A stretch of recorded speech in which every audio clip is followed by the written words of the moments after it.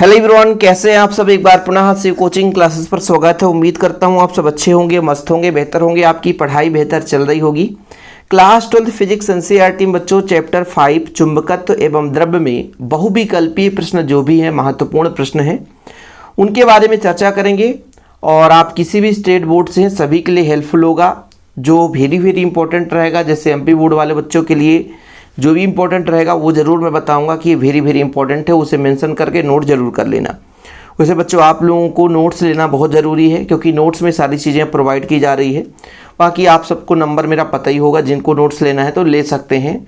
Contact number मेरा 9685299149 है, 9685299149 मेरा पर्सनल नंबर। इस नंबर पर आप कॉन्टैक्ट करके नोट्स ले सकते हैं।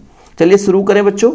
पहला प्रश्न देखिए कि यदि m ध्रुव प्रबलता के एक क्षण के दो समान भागों में इसके अक्षीय स्थिति पर काट दिया जाए। देखो, यानी हमारे पास एक क्षण चुंबक है, ध्रुव प्रबलता m है, इसको अक्षीय स्थिति पर दो भागों में काट दें तो जैसे इसकी ध्रुव प्रबलता m है, तो फिर जब काटने के बाद इसकी कितनी हो जाएगी बताना है। m होगा, 2m होगा या m/2 होगा। तो बच्चों यदि हम इसको सीधा सीधा काटते तो कोई परिवर्तन नहीं होता, लेकिन इसको हम आधा कर दे तो पतला हो गया ना ये, इसलिए आधा हो गया, m/2 हो जाता है। अगला प्रश्न है, देखिए यदि एक क्षण चुंबक जिसका ध्रुव प्रबलता m है को इसके समद्विभाजक रेखा के अनुदिश दो समान भागों में काटे तो प्रत्येक भाग का ध्रुव प्रबलता कितना होगा। अब इस बार बोला है कि ये क्षण चुंबक है, इसको बीच से काट दो। तो फिर मैंने बताया था कि जब लंबवत काटा जाता है तो इसमें कोई परिवर्तन नहीं होता है, स्मॉल m ही रहेगा। चलिए क्वेश्चन थोड़ी से लंबे हैं, समझना जरूरी है। यदि चुंबकीय आघूर्ण कैपिटल M के एक चुंबक को B प्रबलता के एक समान चुंबकीय प्रेरण क्षेत्र में थीटा कोण बनाते हुए रख दिया जाए तो वलयुग्म आघूर्ण कितना होता है। तो भाई इसका थ्योरम मैंने कराया था, बताओ आप लोग। चार ऑप्शन है, mb sin theta, 2mb sin theta, mb sin थीटा/2, mb sin थीटा/4। इसका राइट आंसर हो जाएगा बच्चों mb sin theta, option number first. ठीक है, चलिए अगला प्रश्न है, निम्न में से कौन सा पदार्थ प्रतिचुंबकीय नहीं है। नहीं बोला गया है, प्रतिचुंबकीय जिसे कहते हैं, बताओ। जो यदि प्रबल चुंबक से प्रतिकर्षित हो जाए उसे हम प्रतिचुंबकीय कहते हैं। यदि हम प्रबल चुंबक के पास लाएंगे भी तो मान लीजिए विपरीत दिशा में बहुत अल्प चुंबकत्व का गुण उत्पन्न होता है, इसकी चुंबकीय प्रवृत्ति ऋणात्मक होती है। तो इसमें से चार ऑप्शन है, तांबा, सीसा, सिलिकॉन में से सोडियम जो है बच्चों वो आपका प्रतिचुंबकीय नहीं है। ऑक्सीजन एक उदाहरण है प्रतिचुंबकीय पदार्थ का, अनुचुंबकीय पदार्थ का, लौह चुंबकीय या इनमें से कोई नहीं। बहुत इंपॉर्टेंट है बच्चों, जिसे आप लोग नोट कर लेना। ऑक्सीजन किसका उदाहरण है, तो इसके पहले मैंने एक आपको क्वेश्चन कराया था अनुचुंबकीय, प्रतिचुंबकीय, लौह चुंबकीय से। उम्मीद करता हूं आप लोग देखे होंगे। तो ये ऑक्सीजन जो है बच्चों वो अनुचुंबकीय है। कैसा है, अनुचुंबकीय है। अगला प्रश्न है, पानी है प्रतिचुंबकीय, अनुचुंबकीय, लौह चुंबकीय। बताओ पानी कैसा आपका चुंबकत्व का गुण रखता है, इसको बताना बच्चों। तो प्रतिचुंबकीय है। वह ताप जिस ताप पर कोई लौह चुंबकीय पदार्थ अनुचुंबकीय में परिवर्तित हो जाता है, वो ताप क्या है भाई। किसी चुंबक को यदि आप गर्म करोगे तो चुंबकत्व का मान कम होता है। तो जैसे लौह चुंबक की बात करते हो, इसमें चुंबकत्व बहुत ज़्यादा होता है। लौह चुंबक होता है उसमें चुंबकत्व बहुत ज़्यादा होता है, लेकिन उसको गर्म करते हैं तो चुंबकीय गुण कम होता है, इसलिए वो अनुचुंबकीय पदार्थ में परिवर्तित हो जाता है। तो वह ताप जिस ताप पर वो बदलता है वो ताप आपका क्यूरी ताप कहलाता है। ऑप्शन नंबर सी हो जाएगा राइट आंसर। अगला प्रश्न देखिए बच्चों कि अगर ध्रुवीय प्रबलता को दो ध्रुवों के बीच की दूरी दोगुनी कर दी जाए तो ध्रुवों के बीच बल कितना होगा। मतलब दूरी दुगुना करने से, भाई आप लोग दो ध्रुवों के बीच लगने वाले बल का थ्योरम पढ़ा है, कूलाम की व्युत्क्रम बल का नियम, कि दूरी के बल के व्युत्क्रमानुपाती होता है। दूरी के बल के व्युत्क्रमानुपाती होता है। लेकिन यहाँ पर क्या बोला, अगर ध्रुवीय प्रबलता दो ध्रुवों के बीच की दूरी दुगनी कर दी जाए तो ध्रुवों के बीच बल में क्या परिवर्तन होगा। तो यहाँ पर दो चीज है कि ये बोला है कि ध्रुवीय प्रबलता भी बढ़ा दिया जाए और ध्रुवों के बीच की दूरी भी बढ़ा दी जाए। तो जब हर चीज दुगना होगा बच्चों तो इस स्थिति में बल में कोई परिवर्तन नहीं होगा, इसलिए अपरिवर्तित रहेगा। केवल दूरी बढ़ाते तो फिर बल का मान कम हो जाता। एकांक अनुप्रस्थ परिच्छेद की चुंबकीय प्रबलता को कहा जाता है एकांक अनुप्रस्थ परिक्षेत्र की चुंबकीय प्रबलता को क्या बोलेंगे? विभव बोलेंगे, चुंबकीय क्षेत्र बोलेंगे, चुंबकन तीव्रता बोलेंगे। बहुत ही महत्वपूर्ण क्वेश्चन है भाई। तो ये चुंबकन तीव्रता जो पिछले साल ऑब्जेक्टिव क्वेश्चन पूछा गया था, चुंबकन तीव्रता का मात्रक बताना है। एम्पियर मीटर, एम्पियर प्रति मीटर, एम्पियर प्रति आमीटर, इनमें से कोई नहीं। बताओ, तो इसका राइट आंसर होगा एम्पियर प्रति मीटर। चुंबकीय विभव है सदिश राशि, अदिश राशि क्या है भाई? चुंबकीय विभव कैसी राशि है? तो अदिश राशि है। चुंबकीय विभव अदिश राशि है। चुंबकीय विभव का एसआई मात्रक बताना है। चुंबकीय विभव का एसआई मात्रक जूल प्रति एम्पियर मीटर, वेबर प्रति मीटर, उपरोक्त दोनों। बताओ कौन सा होगा? तो चुंबकीय विभव का एसआई मात्रक जूल प्रति एम्पियर मीटर भी है और वेबर प्रति मीटर, इसलिए option number C is the right answer. CGS पद्धति में चुंबकीय विभव का मात्रक बताना। इस बार सीजीएस पद्धति में क्वेश्चन पूछा है। तो अर्ग प्रति एम्पियर सेंटीमीटर, जैसे यहाँ पे जूल प्रति एम्पियर मीटर था, यहाँ पर सीजीएस में अर्ग हो गया जूल का और मीटर का सेंटीमीटर हो गया, वेबर का मैक्सवेल हो गया, इसलिए इसका भी दोनों हो जाएगा सीजीएस पद्धति में। ठीक है बच्चों, चलिए अगला प्रश्न देखिए। 14 नंबर क्वेश्चन है आपका, निम्न में से किसका चुंबकीय धारणशीलता अधिक होती है? नर्म लोहा, इस्पात। एमपी बोर्ड से नर्म लोहा इस्पात हट गया है, जिसको नहीं पढ़ना है तो जरूरी नहीं है। ठीक है, तो इसका इस्पात हो जाएगा। चुंबक धारणशीलता अधिक होती है। कुछ पदार्थों की चुंबकशीलता बहुत कम होती है, उसकी चुंबकीय प्रवृत्ति धनात्मक होगी, अधिक ऋणात्मक होगी या शून्य होगी, क्या होगी बताना है आपको। कुछ ऐसे पदार्थ जिसकी चुंबकशीलता बहुत कम होती है।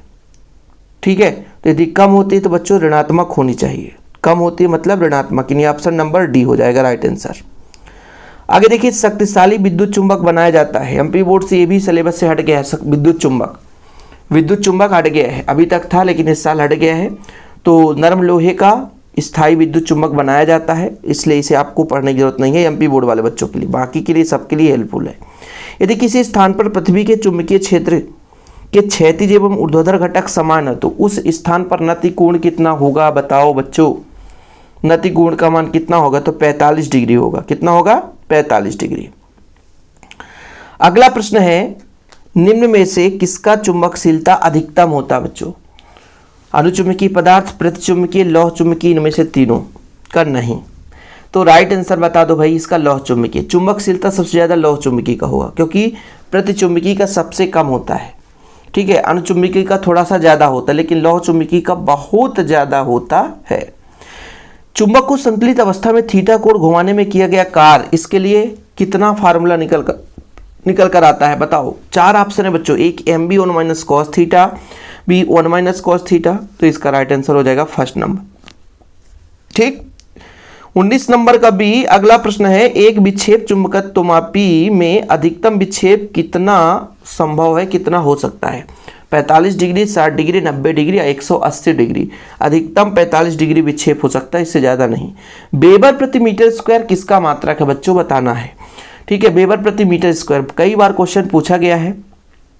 ध्रुव प्रबलता की, चुंबकीय क्षेत्र की, तो इसका राइट आंसर होगा बच्चों चुंबकीय क्षेत्र की। ठीक है, चलिए आगे चलते हैं। चुंबकीय क्षेत्र का मात्रक आपने पढ़ ही लिया। चुंबकीय क्षेत्र का मात्रक वेबर प्रति मीटर स्क्वायर, और भी होता है न्यूटन प्रति एम्पियर मीटर। तो इसमें वेबर प्रति मीटर स्क्वायर दिया नहीं बच्चों, तो न्यूटन प्रति एम्पियर मीटर स्क्वायर हो जाएगा आंसर। ठीक है, यदि मान लीजिए वेबर प्रति ऐसा होता तो ये भी हो जाता राइट आंसर, लेकिन यहाँ पर प्रति नहीं, इसलिए नहीं है ये। लौह चुंबकीय पदार्थ का उदाहरण बता दो। एल्यूमिनियम, सोना, निकिल, बिस्मथ। लौह चुंबकीय पदार्थ इसमें से कोई एक है, वो है आपका निकल। आयरन, कोबाल्ट, निकिल ये लौह चुंबकीय पदार्थ है। एक चुंबकीय सुई को एक समान चुंबकीय क्षेत्र में रखा जाता है तो वह अनुभव क्या करेगा? एक बल और एक बलाघूर्ण। एक बल किंतु बलाघूर्ण नहीं, एक बल किंतु बलाघूर्ण किंतु बल नहीं, ना तो बल ना तो बलाघूर्ण। तो यदि किसी सुई को एक समान यानी अनचुंबकीय पदार्थ है तो उस पर एक बल भी कार्य करेगा और एक बल आघूर्ण भी लगेगा। Option number first right answer हो जाएगा। इसके बाद 25 नंबर देखो बच्चों, एक धारावाही लूप चुंबकीय क्षेत्र में व्यवहार करता है। चुंबकीय द्विध्रुव की भांति, चुंबकीय पदार्थ की भांति, चुंबकीय ध्रुव की भांति, उपरोक्त में सभी। 25 नंबर का बताना है तो चुंबकीय द्विध्रुव की भांति व्यवहार दर्शाता है। आगे देखिएगा, एक स्थान पर नति कोण का मान 30 डिग्री है। यदि उस स्थान पर पृथ्वी के चुंबकीय क्षेत्र का क्षैतिज घटक h, तो चुंबकीय क्षेत्र क्या होगा? 2h/√3 होगा। ये एमपी बोर्ड में नहीं है। क्योंकि भाई साहब ये घटक से संबंधित चीज़ें बिल्कुल हट चुका है। ध्रुवों पर नमन कोण का मान कितना होता है? कोई बच्चा बता सकता है ध्रुवों पर नमन कोण कितना होता है? वो होता है 90 डिग्री। ठीक, इसके बाद बच्चों इसमें संबंध बताओ जो इस साल एमपी बोर्ड में नहीं है। ठीक है, निम्नलिखित में से कौन सा संबंध है? अब कहोगे सर क्यों करा रहे हो? भाई हमारे साथ अदर स्टेट के बच्चे भी जुड़े रहते हैं, तो कुछ क्वेश्चन ऐसे ऐड हो जाते हैं जो कि भाई सभी के लिए हेल्पफुल होता है। तो इसका पहला संबंध है I बराबर होता है √h² + v²। ये राइट संबंध है, ये पहले बहुत इंपॉर्टेंट हुआ करता था एमपी बोर्ड के लिए। निम्नलिखित में से चुंबकीय प्रवृत्ति अल्प किंतु धनात्मक होती है। बहुत वेरी वेरी वेरी इंपॉर्टेंट है। 29 बताओ भाई, जिसकी चुंबकीय प्रवृत्ति अल्प और धनात्मक है तो वो अनुचुंबकीय है। यदि अल्प और ऋणात्मक होता तो फिर प्रतिचुंबकीय हो जाता। इसके बाद हम अगले नंबर की बात करते हैं। स्वतंत्रता पूर्वक लटका चुंबकीय भूचुंबकीय ध्रुवों पर ठहरता है। बताओ, यदि मतलब एक चुंबक है उसको स्वतंत्रता पूर्वक लटका दो तो स्वतंत्रता पूर्वक लटका चुंबकीय भूचुंबकीय ध्रुवों पर ठहरता है। पूर्णतः ऊर्ध्वाधर, पूर्णतः क्षैतिज या किसी भी कोण पर, इसमें से कोई नहीं। तो ये बच्चों पूर्णतः ऊर्ध्वाधर होगा। ठीक है, इसमें थोड़ा सा क्वेश्चन अधूरा लग रहा है मुझे, इसलिए थोड़ा सा क्वेश्चन सेट नहीं हो रहा है। किसी स्थान पर पृथ्वी के चुंबकीय क्षेत्र को क्षैतिज घटक ऊर्ध्वाधर घटक के बराबर है। क्षैतिज घटक और ऊर्ध्वाधर घटक बराबर है तो नमन कोण का मान क्या होगा? ठीक है, तो नमन कोण का होगा आपका 60 डिग्री। ये इतने ही क्वेश्चन थे आज के बच्चों, और जिनको नोट्स लेना है तो कॉन्टैक्ट नंबर मैंने बताया है 96 85 29 91 49। एमपी बोर्ड वाले बच्चों के लिए रिक्त स्थान वाले प्रश्न भी हम ला रहे हैं बिल्कुल जल्द ही। बस आप लोग चैनल पे पहली बार आए हैं, चैनल को सब्सक्राइब जरूर कर लें बच्चों और जुड़े रहें। निरंतर आप लोगों के लिए हेल्पफुल वीडियोज आते रहेंगे। फिलहाल अभी के लिए इतना ही। जय हिंद, वंदे मातरम।